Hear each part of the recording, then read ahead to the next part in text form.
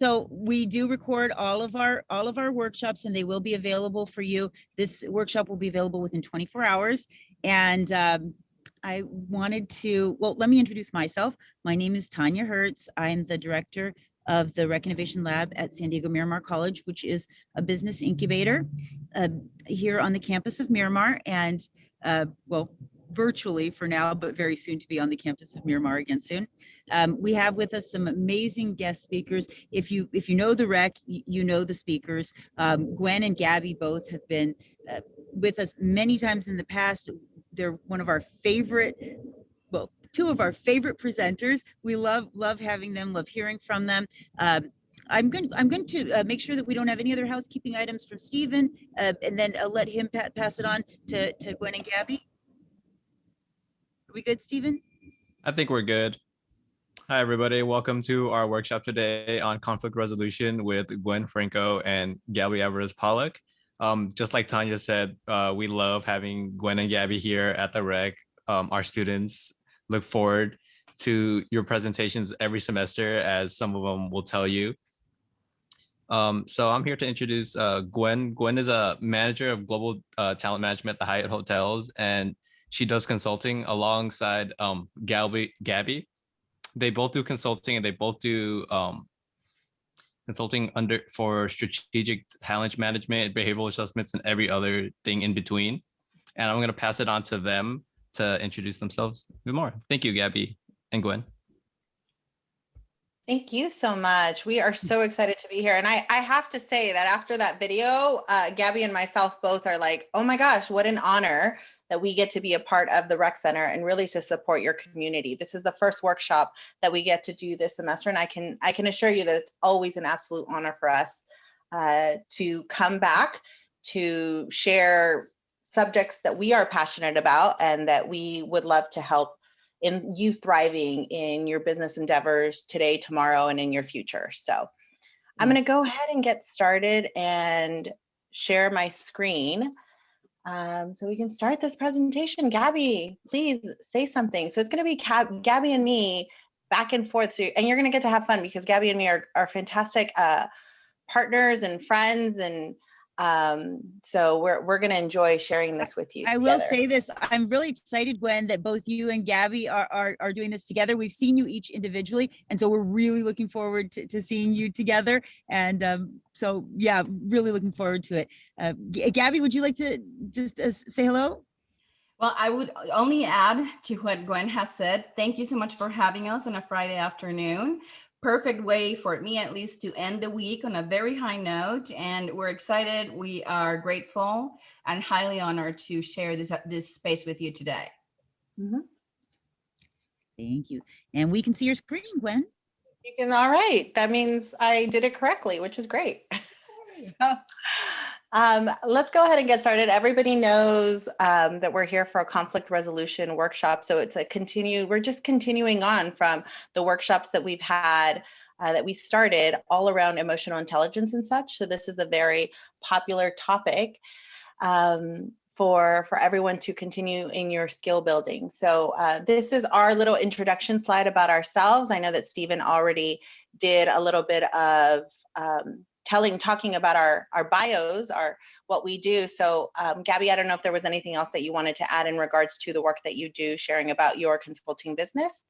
No, the only thing that I would add is there are many different ways to manage conflict or solve conflict. And we're giving you a little secret of how Gwen and I, who have worked together for several years now, this is one of our favorite ways of managing conflict. So just a little tip out there.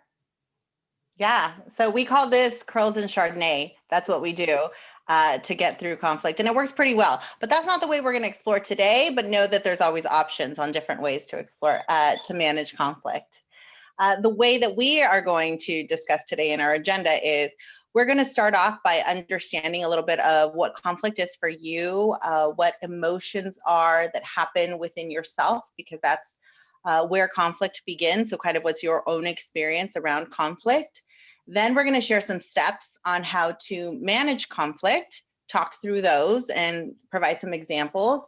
And we'll end by hearing some scenarios from you. Maybe you have some additional questions regarding the steps that we shared, or there's particular examples that you'd like us to talk through and maybe use the steps in or do a little role playing. So that is what our time together will consist of. Before we get started, let's, of course, have a fun little icebreaker, and let's think about, so you're here today, you're here in this workshop. It's a Friday, right? Who doesn't love a Friday? It's 1 p.m. in the afternoon. But why are you here? Of all places that you could have been, you have decided to be here. So why did you decide to attend this workshop? If anybody would like to type in the chat, or if anybody would like to unmute themselves, you are more than welcome to. Or if this is, I can talk if you guys don't mind.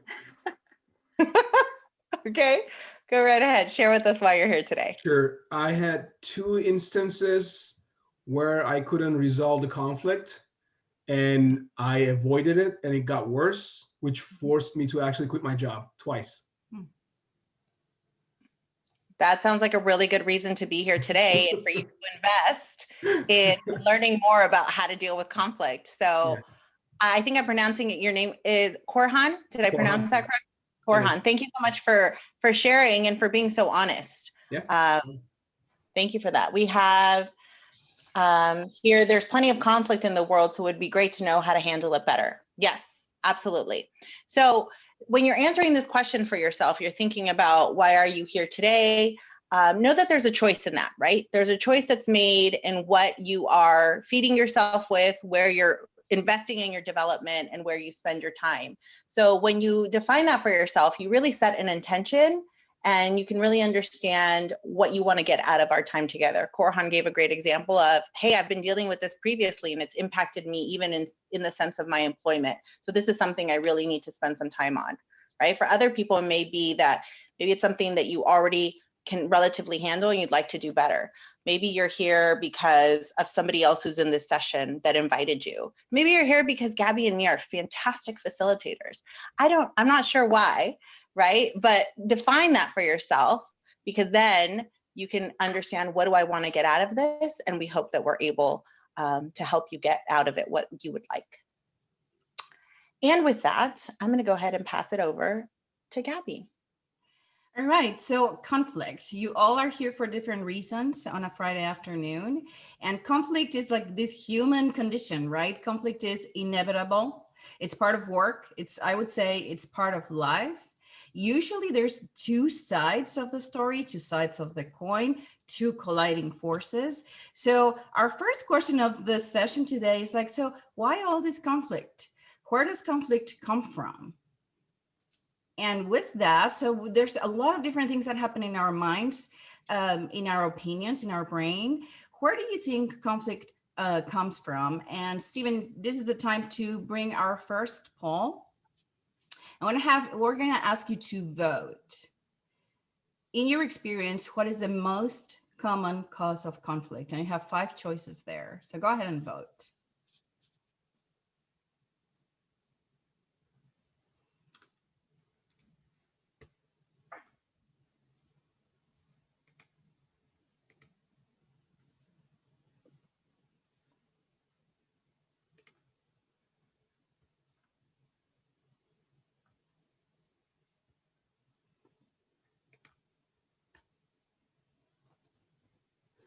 Where you at? Looks like we have 25 of the 26. Do you want us to go ahead and close it? Sure, I think All right. so. let's do that. All right, so we gave you a few options there, and then let's take a pulse of what's happening in the group. So we had a few options. Personal differences. 29% of you said that's the main source of conflict. Conflicting objectives is another one, but the winner of this afternoon is lack of information. Interesting, 54%. Role incompatibility, nobody, and it's out of there. Anyway, so, okay, 5 buckets, thank you. 5 buckets of conflict. So tell me more, for those of you who kind of voted high on lack of information, what comes to your mind? Either type it in the chat, and I know that Jolie just posted something. We'll address that in a minute, Jolie. What What came to your mind when you saw these 5 buckets of conflict? Hi, Hi. my name is Dana. Well, when I selected it, I felt the lack of information, as in lack of understanding about the other person and what they're trying to, like the information or they're trying to relay. That's why I selected that. So it's more of not understanding, not using the proper communication with one another. Mm-hmm. Excellent debrief. So absolutely, here is a snapshot of examples that represent these 5 sources of conflict. So we have personal differences, was the second highest in the poll, if I'm not mistaken. What does that mean? Usually different expectations, different perceptions. I have come to learn that we as humans, we're like opinion making machines, right? And once we have an opinion, it's very hard to change our mind. So different expectations, different perceptions, values, beliefs. There's an emotional component to this particular bucket that we're going to talk about later in the presentation. Conflicting objectives with 2 people or 2 groups wanting 2 different things. Lack of information, according to you all, half of you said this is the main source of conflict. And it's not unusual in the work that Gwen and I do with organizations and with teams. A lot of the times it's that, right? It's either missing information. We don't have all the facts. We don't have all of the information itself.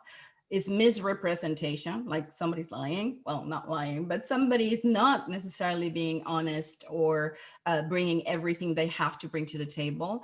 And Dana just talked about miscommunication, right? We interpret the information in different ways. Role incompatibility, I am surprised that nobody chose that, but that's great. I mean, you don't all have to choose that. And what that means, just so that you have it in mind, is when my role and my responsibility, especially in a working environment, is not in alignment with the expectations and values, or rather, when my expectations and values are not in alignment with the role or responsibility that I play.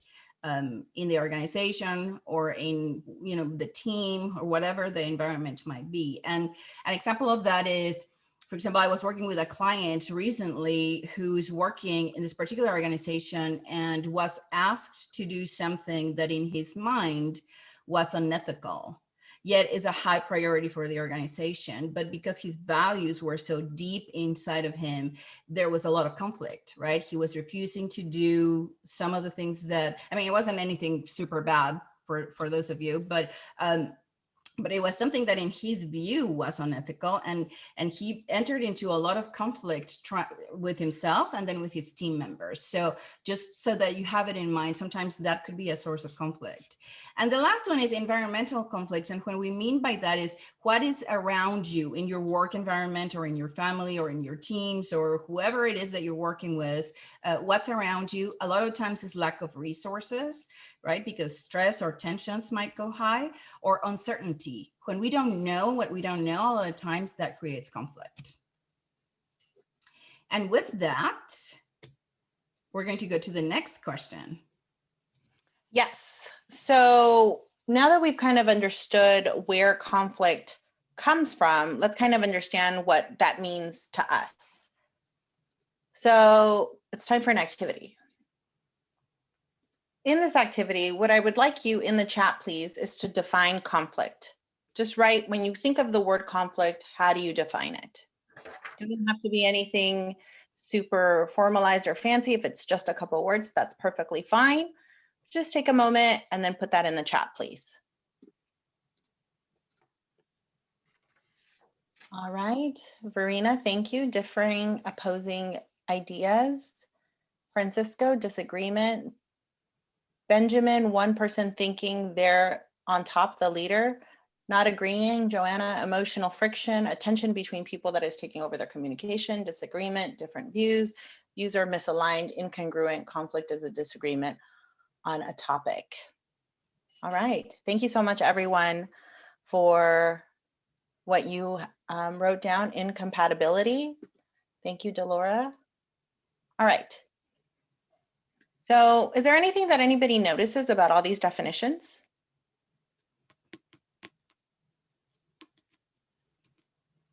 It's okay if you don't notice it now, because the second part of this activity is going to hopefully help you notice it. So now there's a second part.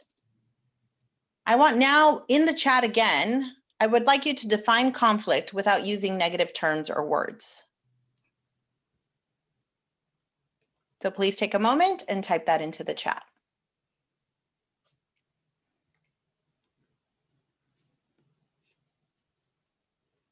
Differing opinions, different views.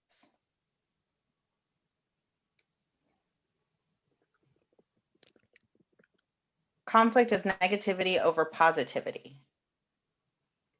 Different views, different perspectives, feeling just okay. Lack of consensus.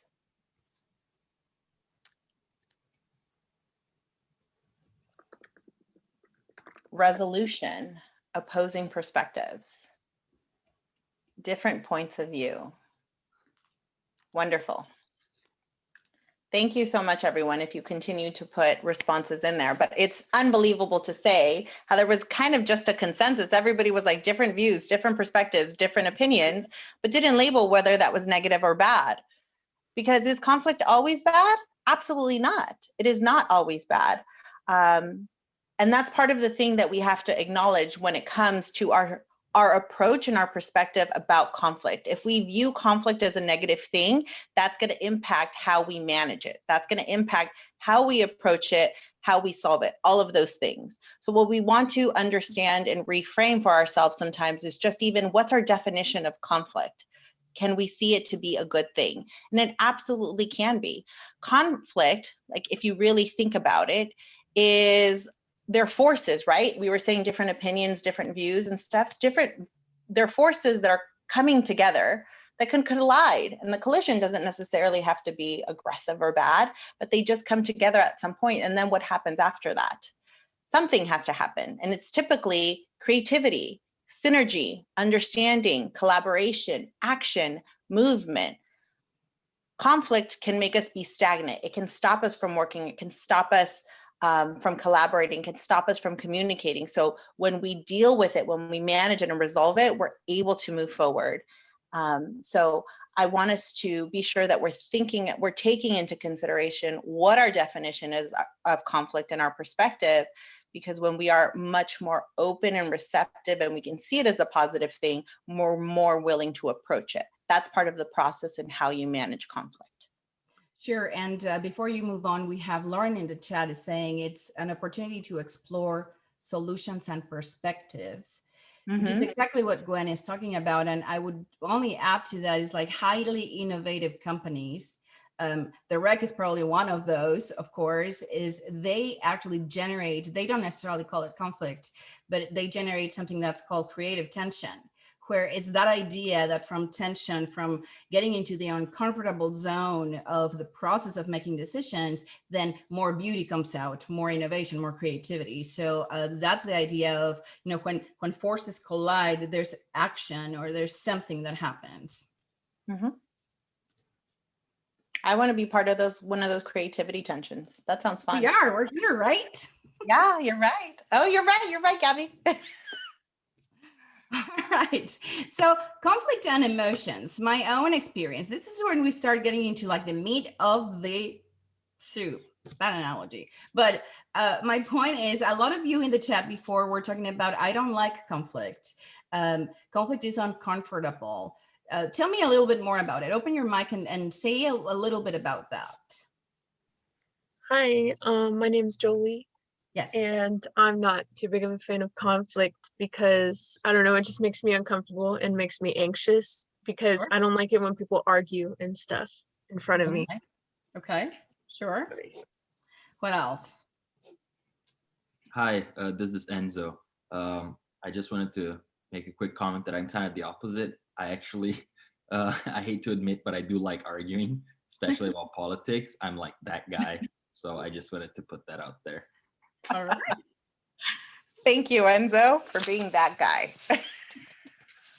But the two sides of the coin, yes. I mean, when managed effectively, it could be highly creative. So I'm sure those conversations or arguments, Enzo, could be highly productive, right? If you engage in those instead of avoiding them. they could be highly productive.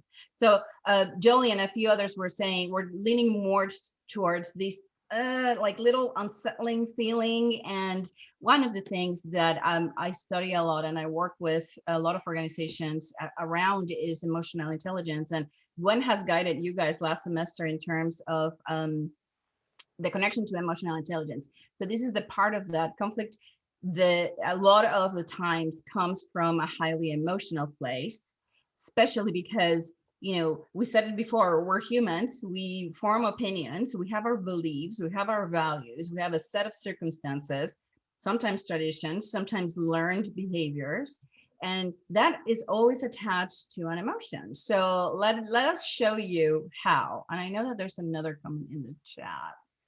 Conflict is necessary for growth. Absolutely. Absolutely. All right. So what you have in front of you right now is this comes from the Yale Center for Emotional Intelligence. And so if I asked you, don't do it now, but if I ask you to label or to mention all of the emotions that you can think of, in general, we are able to produce a list of, I don't know, around 10, 15, maybe 20, if we're really, really good with vocabulary. So the Yale Institute or the Yale Center for Emotional Intelligence, this is a chart, and in it is at least 100 different emotions. They released a study a couple of years ago where they found there's around 2,000 different emotions. And the reason we want to insert this in the conflict conversation today is because a lot of the times, you know, especially for those of you who have said, I don't like it, there's something, it's uncomfortable, I have this feeling. One important aspect of emotional intelligence that Gwen has talked to you about is self-awareness and awareness of others. So when we really understand what we're feeling, then we're able to label it. A lot of that emotion can be managed. So for example, so 100 emotions, and how do we label them, right? The other piece to that is sometimes we assume what the other person is feeling, right? And by that assumption, I mean, by not being able to label the emotion correctly, we might get into misinterpretation, misinformation, and then conflict. So one of the things that we like to talk about when we make this bridge with emotional intelligence is emotions are information. You already know that. Emotions are important information. Good and bad emotions, they're there, they're information. I would even go on a limb and say there's not really bad emotions. They're uncomfortable emotions, right? And then what that tells us, basically two reactions. Do I approach or do I avoid, right? So depending on the emotion that I'm feeling, my body, my reaction is going to be, hey, do I approach this situation or do I just stay away? Is it too dangerous or do I go away? Or the same thing with a person. Like sometimes Gwen answers the phone and I'm like, oh, do I want to talk to her or do I go? That's awesome. So what we have for you today as an activity here is take a look at this chart. And when you have experienced conflict or when you think about conflict, pick two of these emotions that you have there and type it in the chat. What are some emotions that you feel with that?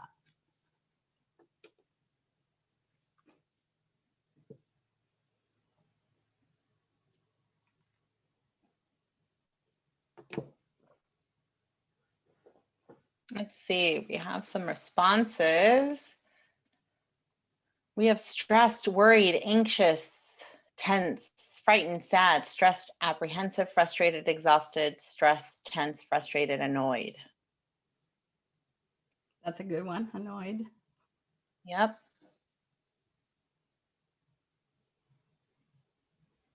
I'm looking to see if Enzo answered because I think Enzo's would be different. Energized. Energized. Look at Enzo. Jolie, anxious and concerned. Challenged, not on chart, Paula. Okay, serene, peeved. So challenge, the reason it's not in the chart, it might not necessarily be the label of an emotion. It's, but I don't want to get too technical into that, but sure, we'll take it. Challenged. Yeah, okay. I think we have all our responses. So it's interesting to see some of the labels for the emotion, because, and that's the first step. If I'm able to label what I am feeling, then I can manage it. And I know that Gwen went into some of the workshops last semester, into some of those techniques of how do I manage that emotion and shift it. A lot of the work that we're doing, or that they're doing in Yale, is that idea of labeling first, so that then I can decide if I want to stay in that emotion, or what do I need to move to another emotion. So when you see this chart, the colors have a specific meaning, which could be another workshop, but it's like, what action can I generate from that emotion? So for those of you who label your emotion as anxious or stressed, how do you use that to then get energy to either to make that decision? Do I engage in the conversation or do I avoid it? Somebody said earlier, and I'm going to forgive me, I'm going to forget your name for a second, but you said I avoided it and then it caused more conflict, right? The conflict didn't resolve itself because I avoided it.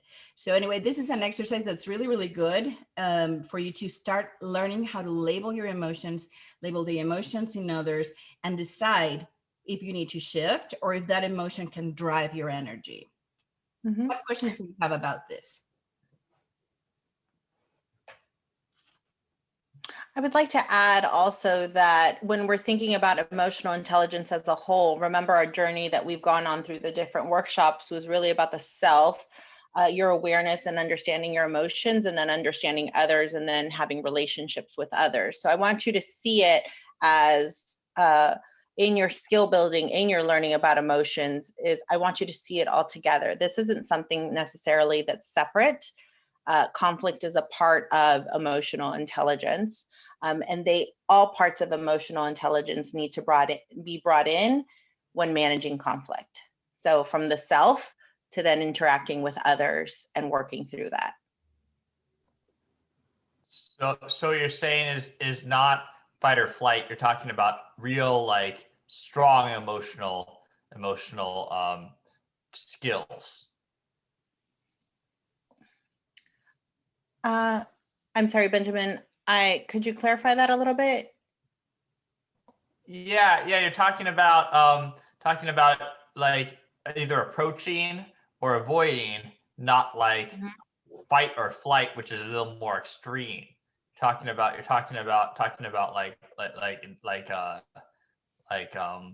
more normal reactions. Absolutely. The intention with changing the language a little bit is it is kind of like the same, right? My emotion is telling me, do I fight? You know, it's the idea of survival. Do I escape this danger or do I face it, which is fight or flight? So we're calling it avoid or approach. When you think about it, it's kind of the same reaction, yet being able to use that like normality in the language can help us decide, okay, do I avoid this conversation or confrontation? Or do I engage? And if I engage, how do I engage? So same principle, a little bit of different language, but that's the idea. The emotion, I mean, our emotions are there to signal whether we're in danger or not, and then we make the choice, right? And sometimes we don't make the choice, we just react. The idea with emotional intelligence is that we get a couple of seconds to think and react instead of just reacting. Great, thank you. Of course. You're welcome. All right, so now let's move on to talk about the steps to manage conflict. And thank you so much for the questions. Please know, unmute yourself and jump in at any time. So now let's go through some actual steps for managing conflict. And we're going to start with our first one, which is really clarifying to yourself, what is the priority? That tends to not be, it may have been initially maybe a bit of the cause of the conflict, but it somehow gets lost in there and it's not really defined. And you really want to know what that is for yourself, and if possible, with the other person that the conflict person or persons that the conflict is occurring with. And you want to be as objective as you possibly can so that you both are defining what the priority is, not necessarily what you want. And the priority can change. The priority, sometimes it may be the relationship. Maybe that's the most important thing out of this conflict. That's the most important thing, regardless of what the outcome is with other parts of it. I'm worried about the relationship. Or maybe it's something related to a business decision. I can't really worry about the relationship, like the business needs us to move forward, or we need to work on completing this project. Other people are depending on us. If we can't work through our differences, that's okay. This is the priority right now. So that clarification process is very good for all parties involved. I'll give you an example of sometimes when it's even just internal for yourself. I'll give a personal example. I had a friend that I was going to go visit a couple years back, and we hadn't seen each other in quite some time. Very excited to spend the weekend together. We had plans to go away for the weekend, really looking forward to it. About a day before we were going to go out of town, she let me know that she didn't want to go out of town after all, that she didn't feel like traveling and she just didn't feel like going anywhere. But if I wanted to, I could still come over to her house and we could spend the weekend together. So of course, how did I feel? I felt upset. I felt frustrated. I felt disappointed. I felt all these emotions and I felt a little angry, right? I was excited about going on this trip and I was frustrated with her. But I really took a step back and I asked myself, okay, what's my priority here? What is it that is important to me in this weekend and in this situation? And it was to spend time with my friend. That is ultimately what I wanted to do, regardless of how that happened. I knew that I wanted to spend time with her. And in that part, she had not changed our plans. We were still going to spend time together. So I made the decision not to tell my friend about how I was feeling and how I got a little upset and felt disappointed because I didn't feel like it was relevant or necessary. And I was able to go and spend the weekend with my friend and have an amazing time and not be upset while we were together because I had worked through that myself. So sometimes you don't have to share it with the other person. And there are other times when you do need to talk through it, and that's perfectly okay. You have to assess what works for you. And one thing that I would add to Gwen's story, and no, it wasn't me that changed the plans, by the way. No, Gaby did change plans. Well, one of the things that always that's really important about that particular example is, so at some point Gwen decided not to share her feelings, right? I mean, she was frustrated, she was hurt. Then she did her own little brainwash, for lack of a better term, and decided this is not reason enough to enter into conflict. The idea, the bigger purpose is bigger, right? The idea of spending time together is bigger, and that became the priority. The only thing that I would caution, the only word of caution I would have to that is, it's because of that relationship is so developed and it's so important to the two of them that there might be this already understanding and agreement between the two that the relationship is the most important thing. And because that exists, then Gwen felt safe to not share her feelings about whatever the decision or however that decision was made. If that relationship, if that buildup of trust and already onset agreement that the priority was the relationship wasn't there, then I wouldn't necessarily recommend avoid talking about the feeling conversation, because that becomes a really important thing to do and take care of to build that foundation. Does that make sense? Yes. Absolutely agree. Any questions regarding the step? All right, we're going to move right along. We're going to go to step 2, which is separating people from the problem. And that's really, really important to do, because what we need to recognize is that in many cases, a person is not being difficult. And that tends to be how we label, right? And we look at the other person as a whole and just think that they're a difficult person when there is a disagreement, when there is lack of information, whatever the cause is, right? But sometimes people have very real and valid reasons why they have certain positions, they have certain opinions. Those are all formulated by different things in our lives, by where we grew up, how we grew up, where we went to school, what we learned. All of those things impact our opinions, experiences that we've had and such. So they're very valid. And so people have a right to them. And so when we separate people from the problem, you can discuss issues without damaging relationships. So So I really want you to think about it as you want to isolate the situation and not make it about the whole person, not make that who the person is, because we are very complex beings. And that's often what we do, is we look at one person and we just say, oh, they're so difficult. And then in the future, whenever we interact with them, we think they're always being difficult. So maybe it just had to do with that particular situation. So it's isolating it. Any questions regarding this one? Or Gaby, any additional comments? No, I mean, I can provide like a practical example of this. Could be when you're talking about what a lot of the times diffuses that idea of conflict is when what we mean by taking the person out of the equation is something like this. Imagine if your boss or your friend or whoever you're working with comes one day, you show up and they say, hey, you have been late 3 times. What would be your reaction?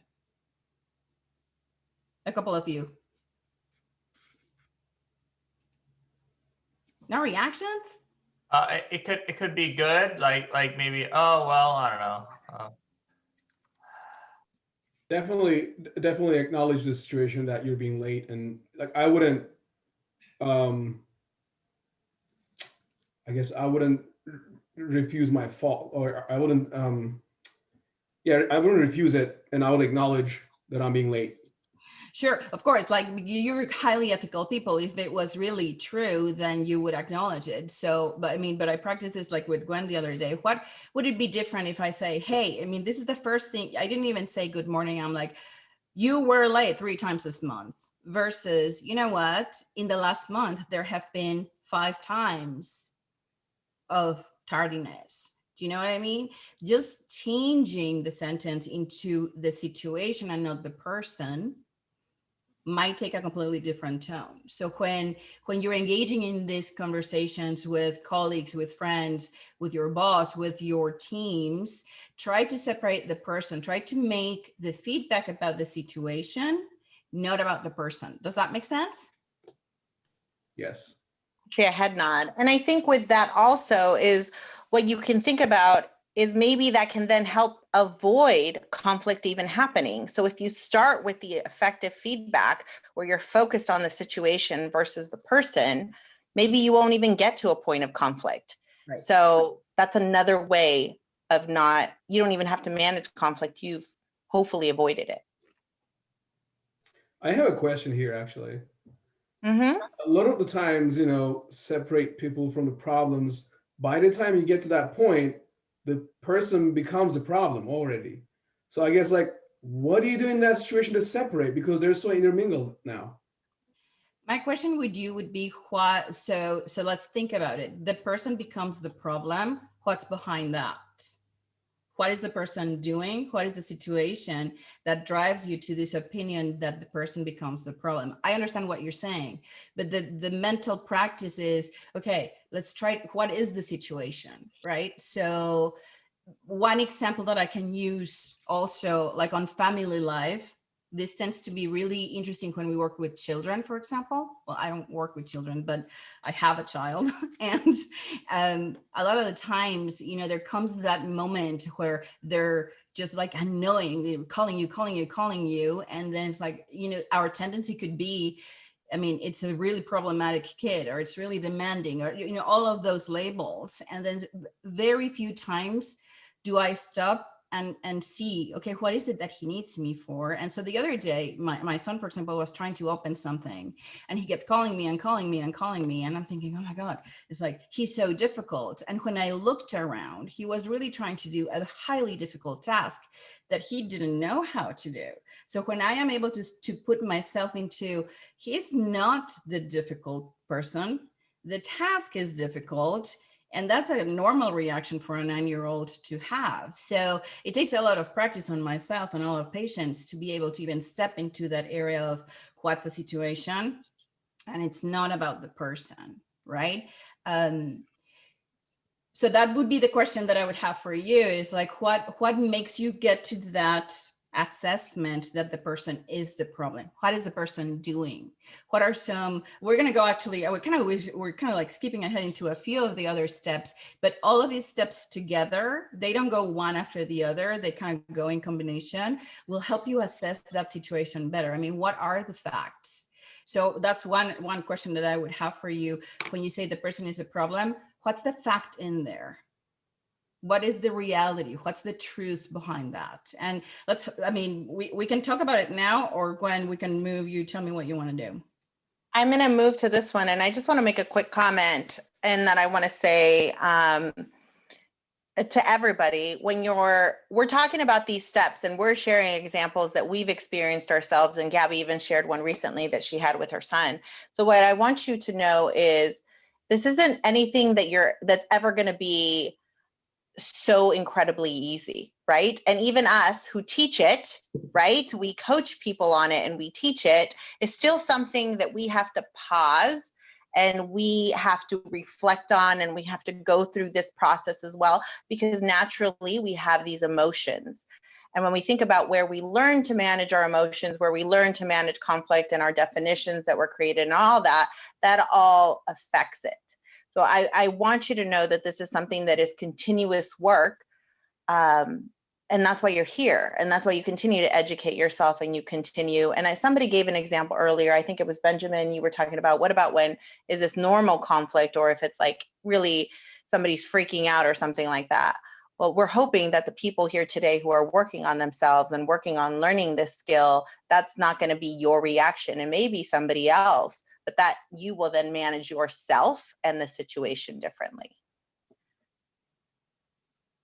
And now it's Gaby with listening. All right. So for this part, step number 3, I need a brave volunteer, or we need a brave volunteer.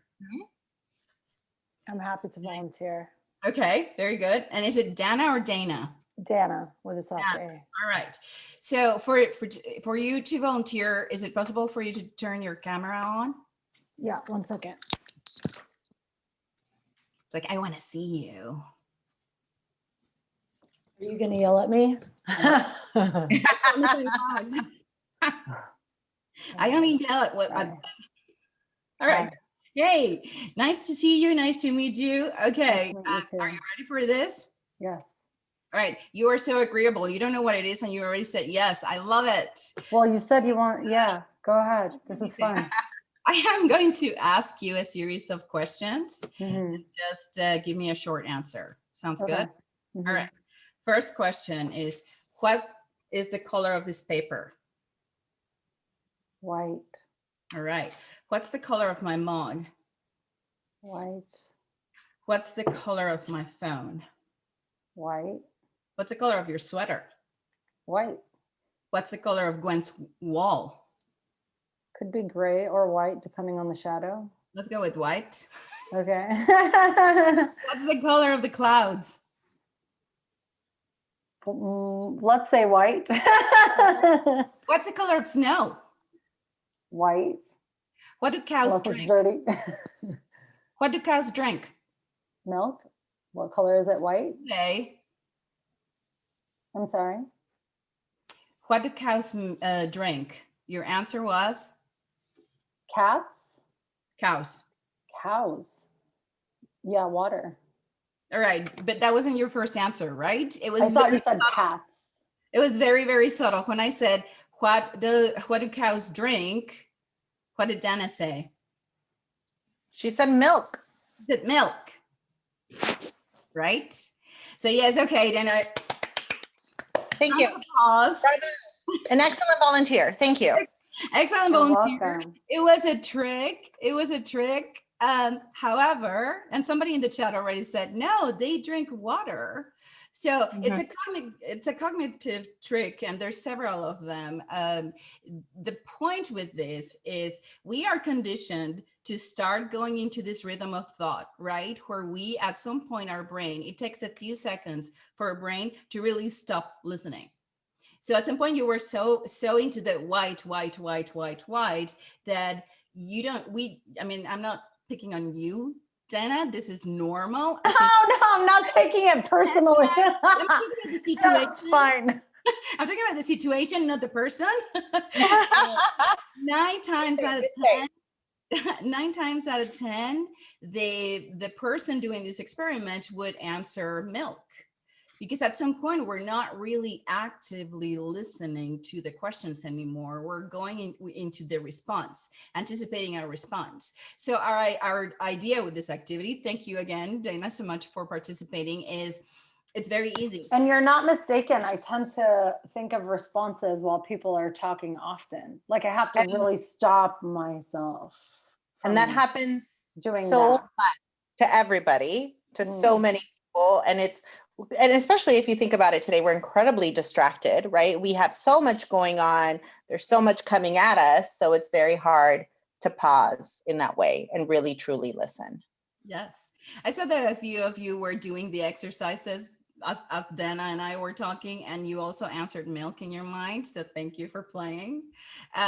It's not uncommon. And the idea is, it takes, again, all of these skills take practice of when do we take that second to think before we respond. So when we're talking about conflict, when we're talking about difficult conversations, sometimes listening becomes one of the key elements to resolution and to just managing the conversation and managing the situation. So be observant. What is it really that the other person is doing? Somebody in the chat also said, we have to pay attention to their body language. Absolutely. Mm-hmm. All of that is listening. Silence is golden, not only in the movies, right? That is the hardest one for me. By now, you know that I like to talk.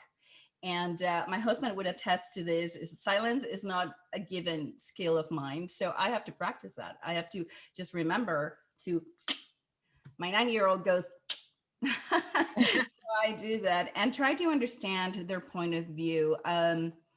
Some of you might have read The 7 Habits of Highly Effective People, a classic by Franklin Covey, or not by Franklin Covey, by Stephen Covey. And one of the habits is seek to understand before you're understood. Highly difficult to do because, again, we're opinion making machines. But let's see if we can transition into, let me see what this point of view is. What is the other person really trying to say? And maybe by understanding what they're trying to say, we avoid that misinformation, that misinterpretation, and we might avoid the conflict altogether. All right. Moving on, we talked a little bit with the question before about the facts. What is really true in the statements? What are observable facts that can impact the decisions? Sometimes it's an opinion. Sometimes is the language that we use, right? So like, Gwen, what would you say if I come to you and say, Gwen, you always cancel your meetings with me? I would say I would get defensive and I would get upset. And it's that usage of that absolute language, right? Always, never. And I'd say, honestly, how many times have I canceled meetings? So exactly. So the question is like, always? Is it really always? Or when, how do you pronounce your name? Korhan? Mm-hmm. Okay. When Korhan was saying the person is the problem, well, is it? And sometimes, yes, there are difficult people in the world. There are. What is the fact that you can draw from that, and what's the situation?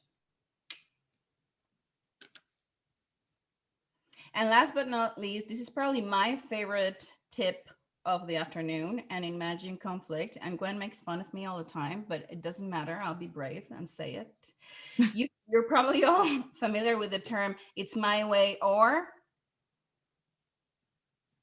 Somebody? The highway.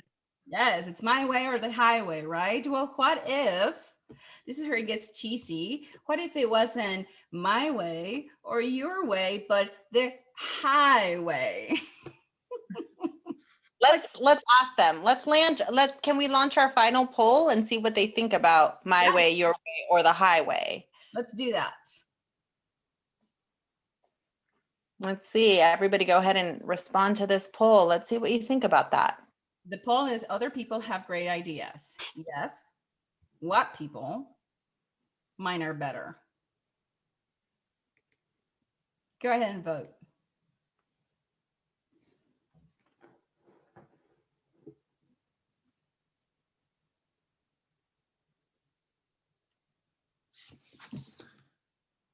Gonna give it about 15 more seconds and we'll stop the polling. Yeah. Perfect. Yes. We can share the results. We're almost done.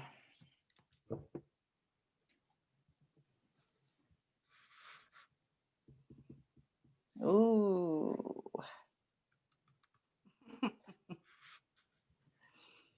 That's fabulous.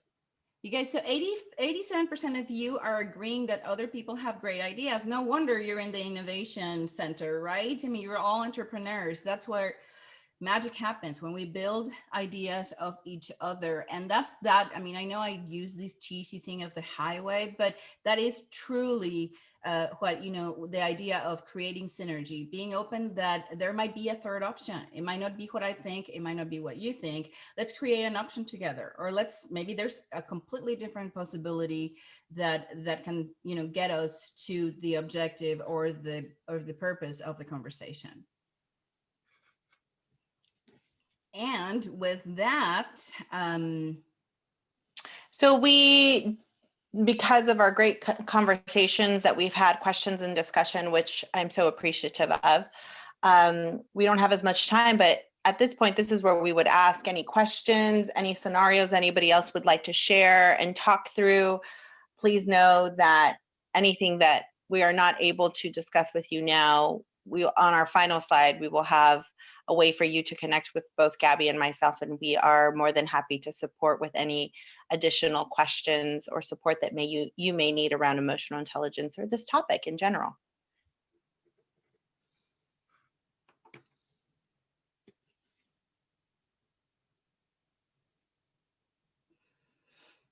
so while we wait for somebody to say something, I was just going to say, I started reading this yesterday, Think Again by Adam Grant. And this is, I get nothing for saying this to you, but that's the idea precisely of what we were talking about in the last step, is that idea of changing our own mind is very difficult. And we kind of try to change the other person's mind before we change ours. So beautiful read in terms of opening our minds and our brain to a different kind of thinking. So I thought I would just share that with you. What would you advise people or tell people who, or for example, I'm going to use myself very honestly and like vulnerably. Thank you. For me, I find that I'm very straightforward. A lot of people think I grew up in New York or something, and I did not. I just come from maybe a high, I forgot what it's called, like my culture is fine with conflict, while other cultures, for example, Hispanic cultures, avoid conflict. But mine are fine with confrontation. I'm very comfortable with confrontation, with saying what I feel, expressing my emotions. And I find that I constantly find myself in situations where it seems like conflict. I just want to talk through it and find a way to be at peace together. But the other people, especially in America, I find that people don't want to talk about it and immediately kind of like shun you away, and you become this person who continuously has conflict with people. I just find,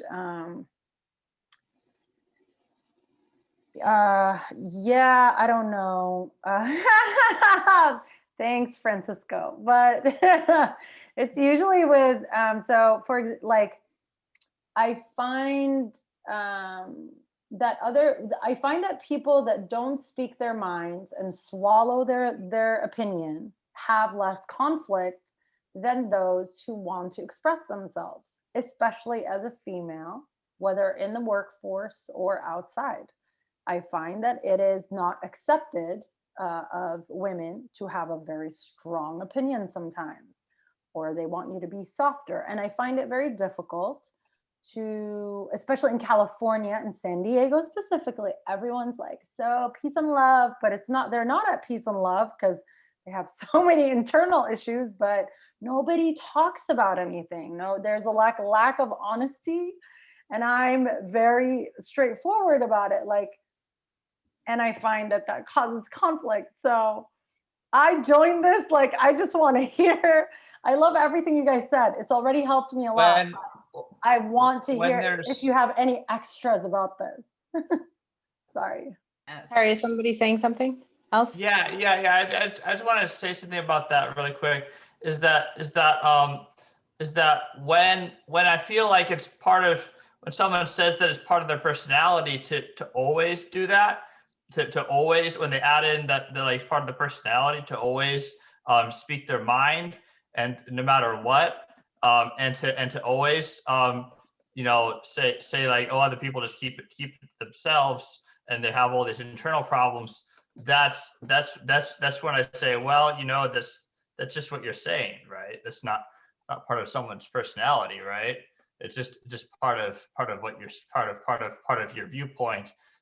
It's not. I never said it's not always. you. By the way, I never said always on either. No, I understand. Either. I understand that. I'm just saying. Word. Yeah. So I never said always. I just said I don't mind confrontation. I don't mind saying what I feel. I feel it's my right as a human being to express myself. I feel like that's part of the journey of being here, is to have honest relationships with the people around me. And I find that can cause conflict sometimes. And I just want to hear any advice you guys have on that. I'm gonna being mindful of time, and anybody else who is on the call, I'll just move it to the last slide where you are more than welcome to connect with us. But Dana, I will just quickly say, and Gaby, please feel free to add anything that you'd like, that I even felt your passion right now when you were sharing what you wanted to express, you expressing your emotions and all that. And I think that's beautiful. And I think you're incredibly aware of all the factors that have to do with the perception of people of you. You talked about your gender, you talked about culture, you talked about geography, you talked about all those things. You're very aware of those things, which I think often people are not. So I would say you're at an advantage there. I would say the other side of that also would be is there a bit of a perspective where this is the way that I am, and this is the way that I am commonly, right? Is there a way to strike a balance based on your environment in this situation? And maybe this way isn't the only way that is effective in situations. So I would say for you to challenge that a little bit, and instead of it being so absolute, in knowing how can you flex according to all of those different factors that you mentioned.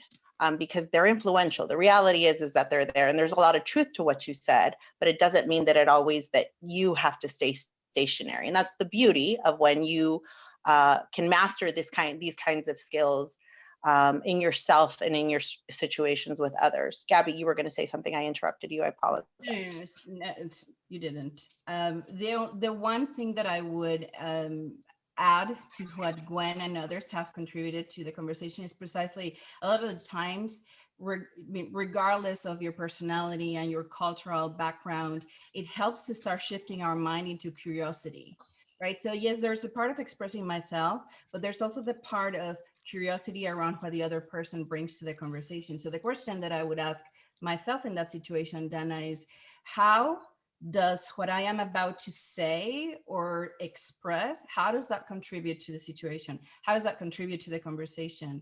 How does my input move the conversation forward? How does, how exactly is this valuable in this particular time at this, with this particular person? So when we start shifting our expression to curiosity and questions, a lot more ground is covered, and you are equally capable of expressing that, of being in the, in CEO positions or wherever it is that you want to be, and really breaking that perception of we don't want to express or we can't express ourselves. That's the only additional thought that came to my mind for that.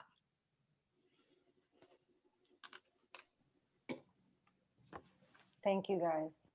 This is very Thank you, Gwen and Gaby. yeah, thank you. Before we end, can I ask maybe a couple of books that you would suggest? I think you said Think Again, one book. Think Again is one that I just started this week. He's a great thinker. So that, mind shifting, the idea of getting out of our own head, and into the heads of others. And then the other one, I mean, I guess there's a theme this week happening in my brain. I'm preparing for a big project. So this is the other one that I would highly recommend. Beautiful read on It's Time to Think. And it's the idea of listening in a different way that generates a thinking environment. So when we talk about conflict and how conflict can be highly beneficial, conflict is not always bad. And, maybe the term itself has that connotation, but when we use it effectively and proactively, that's the idea here. How do we generate thinking communities where everybody is heard and we really are looking at each other from a place of, curiosity, but also wonder? What is it that you can provide to this conversation today? What is it about this particular situation that I might not be understanding? Anyway, so a couple of, that's where my brain is at this week, but highly, apropos for today. Those are two that I would recommend. And if you want to read more about emotional intelligence, there's a ton published. But the one that I find very, very practical, and it's where the chart of the emotions comes from. It's called, what is it one? Permission to Feel. Permission to Feel. Permission to Feel. That's the one that I would recommend. By Mark Brackett. And he's the director of the Yale Center for Emotional Intelligence. I think I said it backwards before. And I would say also, when you're thinking about learning and growing your skill in managing conflict, is what are the skills that support your ability to manage conflict? It's listening, right? Emotional intelligence, giving feedback, those kinds of things, right? In the examples that we gave. So don't just focus on conflict, but what are the other skills that you can work on that will then support you when you are managing and solving conflict? Because everything comes together. Sure. Yes. Thank you. We are completely over time, but this has been such a great workshop, and I thank everyone so much for your active participation, for your curiosity, and really for just always being such a wonderful audience for Gaby and myself. We have, I think, about 3 or 4 more workshops for this semester that we are doing, which we are incredibly excited to host. Different topics, and now that I think about it, we should have listed them on the final slide so you can see, but you'll see them in the newsletter. They're on our Eventbrite if you want to come and look. Yes, so they're on the Eventbrite already, so very excited to see you all in the future. That's all we have. Thank you so much, Gaby and Gwen. And for those who want to keep in contact with Gaby and Gwen, that last slide, I will send an email out with that last slide with the contact information to anybody who attended this workshop. Yes, it has. Gaby created those cool QR codes, and they take you straight to our LinkedIn so we can connect. All right. Thank you so much. Great Thank you. week for me. Thank you so much, everybody. Thank you. Thank you so Goodbye. much. Gwen and Gaby. Always a Good to pleasure. see you.